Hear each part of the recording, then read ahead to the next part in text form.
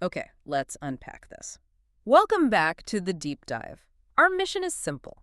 You hand us a stack of sources, articles, research, your own notes, and we dive in to extract the absolute core insights. Hmm. We pull out the nuggets you need to get well-informed, fast, without wading through it all yourself. Think of us as your personal guides, yeah, helping you navigate that information landscape and understand what truly matters in the material you've shared. And today, we're diving into something that sparks major wanderlust.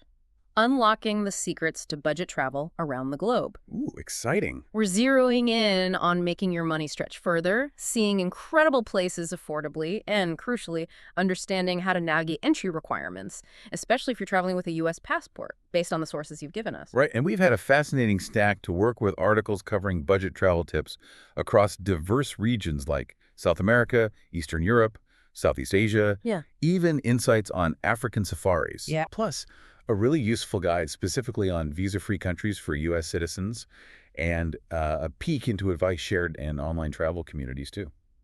Our mission for this deep dive, then, is to pull out the most actionable tips for saving money on the ground and lay bare the critical details about visa-free entry and those essential requirements you must know. Yeah, let's make your next trip smarter and more affordable. Absolutely. Let's jump in. Okay. All right. When people dream about world travel, the cost can be, well, intimidating. And usually the first thing that comes to mind as a huge expense is where you're going to sleep every night. Definitely. But your sources lay out some seriously clever ways to slash accommodation costs, maybe even down to zero sometimes. That's right. The most striking one mentioned is couch surfing. The articles highlight that this isn't just free accommodation directly from locals, which is, obviously massive for your budget, Huge. but it's also an incredible source of insider tips you'd struggle to find anywhere else, like real local knowledge. Free and invaluable local knowledge. Yeah, hard to beat that combination. And then there's the classic budget traveler staple, hostels. Ah, yes. These are consistently pointed to as a great economical option, plus fantastic for meeting other people on the road. The Southeast Asia material even gives specific shout-outs to places like Mad Monkey and Wonders. Hostels have really evolved too. Many offer private rooms now, still usually cheaper than a hotel. And another brilliant hack the sources point out is utilizing overnight transportation. Oh yeah, the night bus trick. Exactly. If you're traveling a long distance anyway, taking a night bus or train means you save the cost of a night's accommodation and wake up closer to your next destination. That's a double win. Beyond the free or, rock bottom options, you also have budget hotels, guest houses, and Airbnb, which feature across the regional tips. Though it's noted these will naturally cost more in big, popular tourist hubs. Yeah. Makes sense. And a really savvy tip from one source, especially for hotels or hostels. Once you've found options on those big third-party booking sites, try booking directly with the property itself. Oh, interesting. Why is that? Well, they suggest you can often get a price match, or even extra perks like free breakfast that aren't offered elsewhere. Plus, it avoids those potential horror stories the sources mentioned about trying to fix issues through third-party sites. Dealing direct is often easier. That makes total sense. Better to deal directly if something goes wrong. Okay. And finally, on accommodation, if your place has a kitchen or even just basic cooking facilities, cooking for yourself is a game changer for saving money. Oh, absolutely. Buying local ingredients from markets and making your own meals is almost always cheaper than eating out constantly. Which leads us perfectly into the next big chunk of travel costs, Yeah. getting around. Transportation, especially moving between cities or countries, can really eat up a huge part of your budget. It absolutely can. But the sources give us plenty of strategies here, too. The South American material really emphasizes buses as the cheapest way to travel between countries there. Right. In fact, it explicitly calls international flights within South America ridiculously expensive. Yeah, it's an interesting contrast because while international flights between South American countries are pricey, internal flights within one large country, like, say, Argentina, can sometimes actually be cheaper and definitely faster than the very long bus journeys. Ah, The sources mention those ultra-luxury overnight buses in Argentina for like 30-hour trips. yeah. They can sometimes cost more than a flight. Wow, that's surprising. But those South American night buses do sound pretty comfortable. The description of semi-cama seats reclining 160 degrees or cama seats nearly flat at 180. Almost flatbeds. Yeah. And that combined with potentially including drinks, meals, and entertainment, again, saves you that night's accommodation. Exactly. And tools like BuzzBud are mentioned for comparing routes and prices online. But interestingly, the sources also suggest heading straight to the local bus station sometimes. Ooh. You might find cheaper tickets there than booking through hostels or even online aggregators. Worth checking out. Good tip. Okay, shifting over to Southeast Asia, buses are also highlighted as like the easiest and cheapest way to travel between places. Yeah, super common there. Costing roughly 5 to 5 USD for a 5-6 hour ride, or maybe 10-15 USD for overnight trips. 12go.asia gets a nod as a useful booking site for that region. And flights come back into the budget conversation in Southeast Asia because of all the low-cost carriers. Yeah. Airlines like AirAsia, Scoot, Jetstar, NoCare, VietJet. Loads of them. Yeah, they offer incredibly cheap fares, sometimes starting around $30 USD one way if you book early enough. But the sources wisely caution you have to factor in potential baggage fees, right? Absolutely. And the location of the airport, as budget airlines often use ones further from the city center. And yes, there's a note about checking safety records for some carriers like Lion Air, so definitely do your homework there. Crucial. For booking flights generally, the South America source gave a great tip. Use sites like Kiwi or Skyscanner to find routes and airlines, but then try to book directly on the airline's website. Right, similar to the hotel tip. Exactly. You often get a better price or at least better customer support if you need to make changes or deal with cancellations, unlike some of the reported third-party experiences. Okay. Train travel gets a mention too, though the sources note it's less extensive in Southeast Asia compared to, say, Europe. Yeah, not as widespread. It's more developed in places like Thailand, Java, or along the coast of Vietnam. Prices depend on distance and class, and yes, night trains are an option there too. Trainline was mentioned as a tool. And once you're actually in a city, local transport is usually very affordable. Buses, trams, and metros are common and cheap in major Eastern European cities like Prague, Budapest, or Warsaw, and also in Southeast Asian hubs like Bangkok or Phnom Penh. Or, if the city is compact, like Riga or Bratislava were mentioned, the sources point out that walking or biking is often the best and, well, cheapest way to explore. Definitely. Tuk-tuks are obviously available, especially in Asia, but remember, haggling is usually required. Don't take the first price. Good reminder. Ride-sharing and carpooling platforms are another smart way to save. BlaBlaCar is mentioned for Eastern Europe, and then you've got Grab, Didi, and Gojek, which are popular in Asia for shared rides at lower costs. Right. And for the really adventurous, hitchhiking is brought up. Apparently fairly common in places like South America, particularly in expensive regions like Argentina by following trunk routes. Yeah, requires some guts, though. For sure. It's also noted as being considered relatively safe in Southeast Asia, although popularity varies. Hitchwiki is suggested as a resource, but this is definitely something that requires significant research and preparation on your part. Not for everyone. Definitely not. And something the sources consistently advise against for budget travelers, renting a car. Ah, okay. It's generally expensive, often $40 plus per day, and road conditions, especially in parts of Southeast Asia, can be pretty challenging. Probably more hassle than it's worth on a tight budget. Okay, so we've got accommodation and transport covered with plenty of budget options. Now let's talk about staying fueled up without emptying your wallet. Food costs can sneak up on you. Oh, they really can. But there are definitely savvy ways to eat affordably. Street food is perhaps the shining star here, especially in Southeast Asia. The sources just rave about it being the best and cheapest way to eat. Yeah. How cheap are we talking? Full meals often costing just 2 into the 5 deal USD. Seriously. The key insight here, mentioned multiple times, is to eat where the locals are queuing up. That's your sign for both deliciousness and, importantly, safety. Love that rule. Follow the crowd. And over in South America, particularly places like Bolivia and Peru, the mercados or local markets are where it's at. Yes. The sources say this is where locals eat, and you can get substantial meals for around $2. Just be ready for the vendors maybe hauling out, vying for your attention. Yeah, it can be lively. And note they might close earlier, like around 4:30 p.m. sometimes. Good point.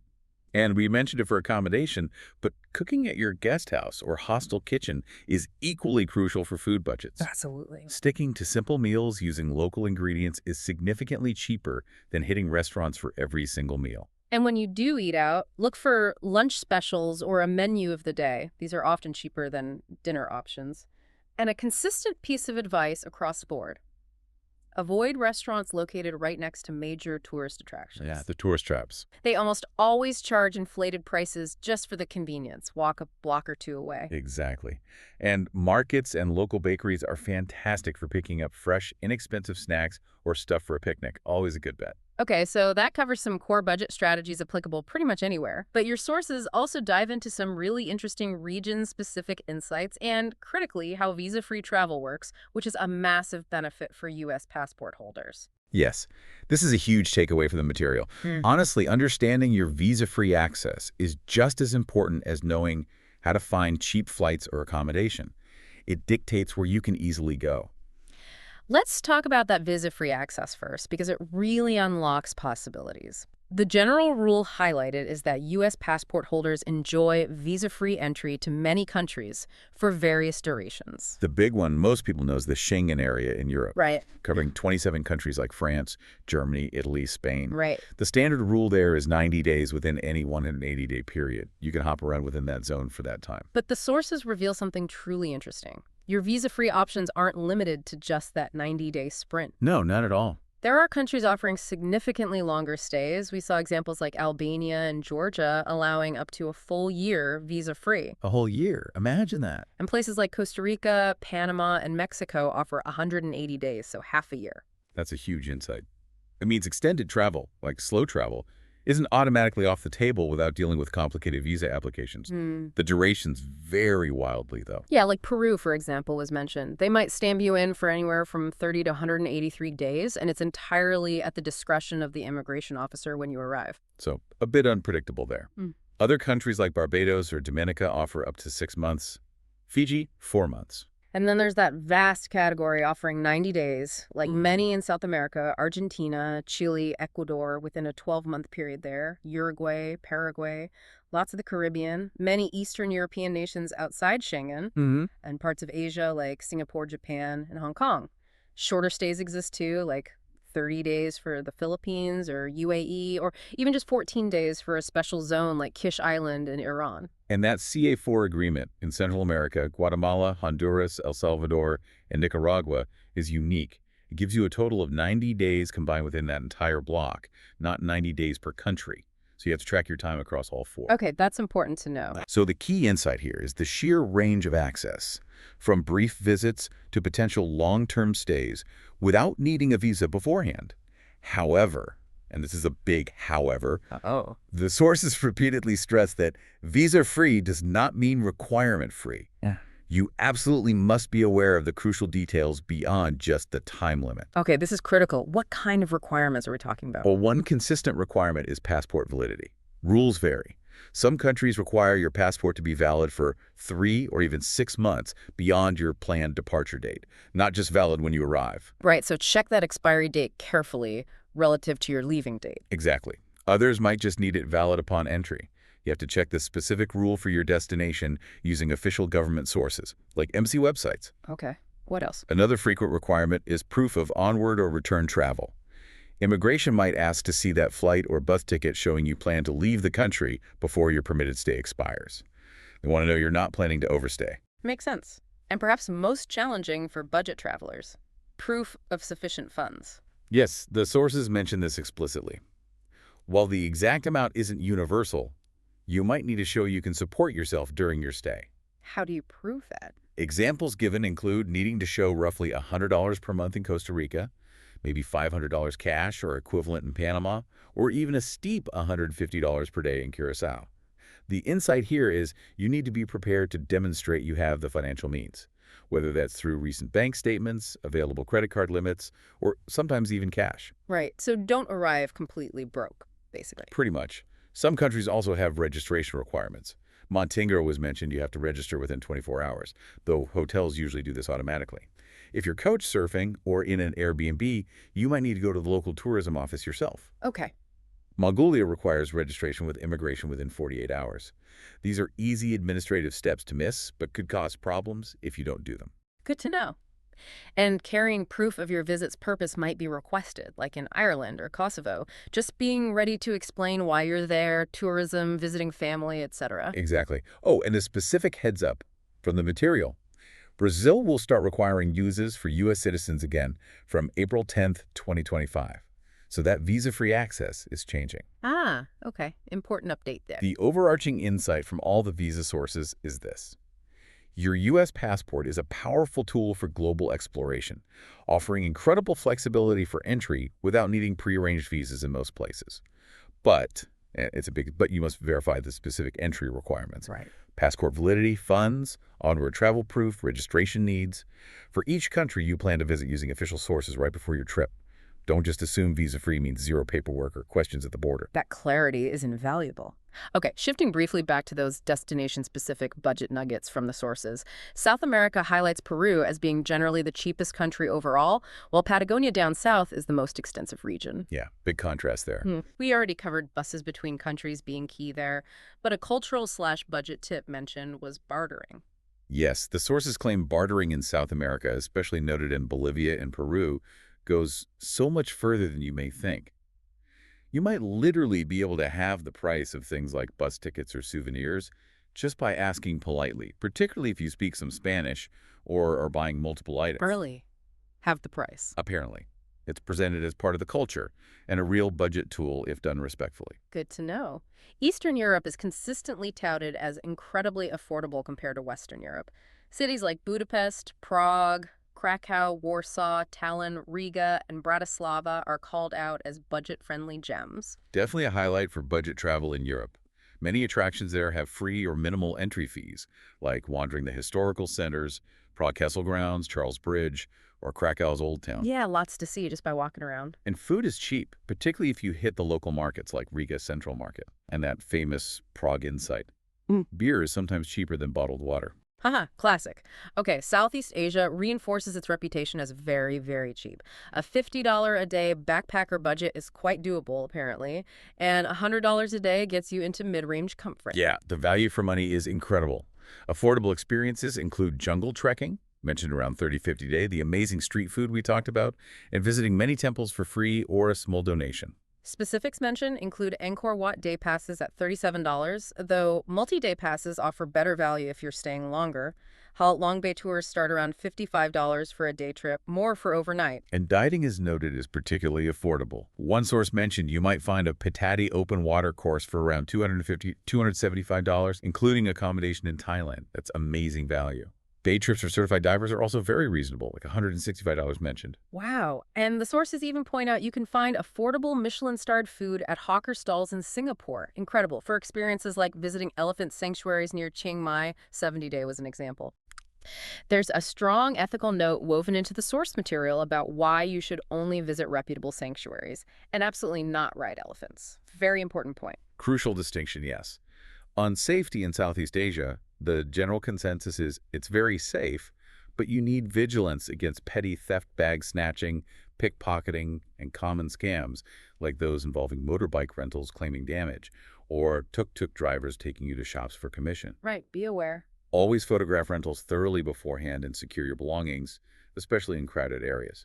And travel insurance is highly recommended for unexpected issues, medical or otherwise. Got it. Finally, for African safaris, the sources focused a bit on South Africa, but also mentioned Namibia, Zimbabwe, Botswana, Rwanda, and Kenya as great spots. And budget options do exist here too, which might surprise some people. Yeah, safaris have this image of being incredibly expensive, but there are ways. Single-day game drives are highlighted as the cheapest way to experience a safari, often costing around $100, $158 based on the examples given. Okay, that's more accessible. Self-driving in national parks, like Addo Elephant Park, $18 entry, or the famous Kruger National Park, $25 entry in South Africa, is another budget-friendly alternative, assuming you have a suitable vehicle or rent one. The sources also clarify something interesting, that due to development, most easily viewable wildlife is often in private game reserves. But these are usually vast areas, and the animals are wild, not in captivity like a zoo, though sometimes predators like lions might be in separate fenced areas within the reserve for safety management. Right, it's managed wilderness, but still wild. And given the proximity to, well, wild animals, travel insurance is called out as particularly wise for safari trips. Makes sense. Absolutely. Okay, pulling all of these strategies and insights together, let's try to synthesize some overarching travel hacks that came up across the different sources. Good idea. First off, budgeting seems non-negotiable. Make one and try your best to stick to it. A good tip was using the money saved in cheaper regions to help offset costs when you hit more expensive ones. Balancing it out. And flexibility is absolutely key. Be flexible with your dates and even your destination if possible, avoiding peak season and holidays, opting for the shoulder season, Big savings there. or using those flight search tools with flexible date grids or Explore Anywhere features can save you a fortune. Planning way in advance, like 9+ months, was mentioned for potentially locking in significant savings on airfare and popular accommodation. But also, keep an eye out for last-minute deals, which do pop up sometimes for hotels or rentals if you're flexible. Don't forget about leveraging credit card points and miles, Yeah. especially the strategy of transferring them to airline or hotel partners for potentially better value than just redeeming for cash back. Right. Travel hacking 101. For managing money on the road, using a debit card that reimburses worldwide ATM fees, like the Schwab checking account mentioned in one source, is a constant piece of advice. Saves you those annoying $5 fees every time you need cash. Definitely adds up. And re-emphasizing the booking direct point. After finding options on search sites, booking directly with the airline or hotel is strongly recommended by the sources. Why again? It just gives you much better leverage to handle issues if plans change, flight cancellations, hotel problems. You avoid potential nightmares dealing with third-party customer service, according to the horror stories mentioned. Okay, point taken. Safety is paramount, period. Be smart about securing your belongings, especially in tourist hotspots where petty theft is common. Carry copies of important documents separately from the originals. And travel insurance comes up again and again as essential. It's not just for major medical emergencies, though that's crucial. It helps with theft, trip cancellations, delays, and is particularly relevant for activities like renting motorbikes or being on safari. As your sources point out, don't skip it. Sound advice. Finally, and this is a great piece of cultural and practical advice, learn to go with the flow. Especially in regions like South America, things don't always run precisely on The schedule. Latin time, yeah. Don't overschedule yourself minute to minute. Embrace the laid-back nature. It's part of the experience, and it gives you room to deal with delays or spontaneously change plans when opportunities arise. So what does this deep dive into your sources ultimately reveal? What's the big picture? I think it reveals that budget travel around the world, even visiting a huge variety of countries visa-free with a U.S. passport, is incredibly achievable. It's not some unattainable dream reserved for the lucky few. Definitely not. It requires research. Yes, you have to do your homework. But the material clearly shows that smart choices about accommodation, transportation, food, and crucially leveraging your visa-free access can significantly lower the cost barrier. It seems to be about prioritizing experiences and cultural immersion, not necessarily just saving every single penny, but making intentional choices so you can afford those enriching adventures. Exactly. By using these insights from your sources, understanding where to sleep affordably, how to navigate transport options smartly, eating like a local, and knowing both the power and the requirements of your passport, you can unlock incredible travel opportunities. So considering how widely your passport can grant you access, and how many practical ways there are to travel affordably according to these sources, this raises an exciting question for you, the listener. What corner of the world, now seemingly within reach thanks to these strategies, will you deep dive into exploring next?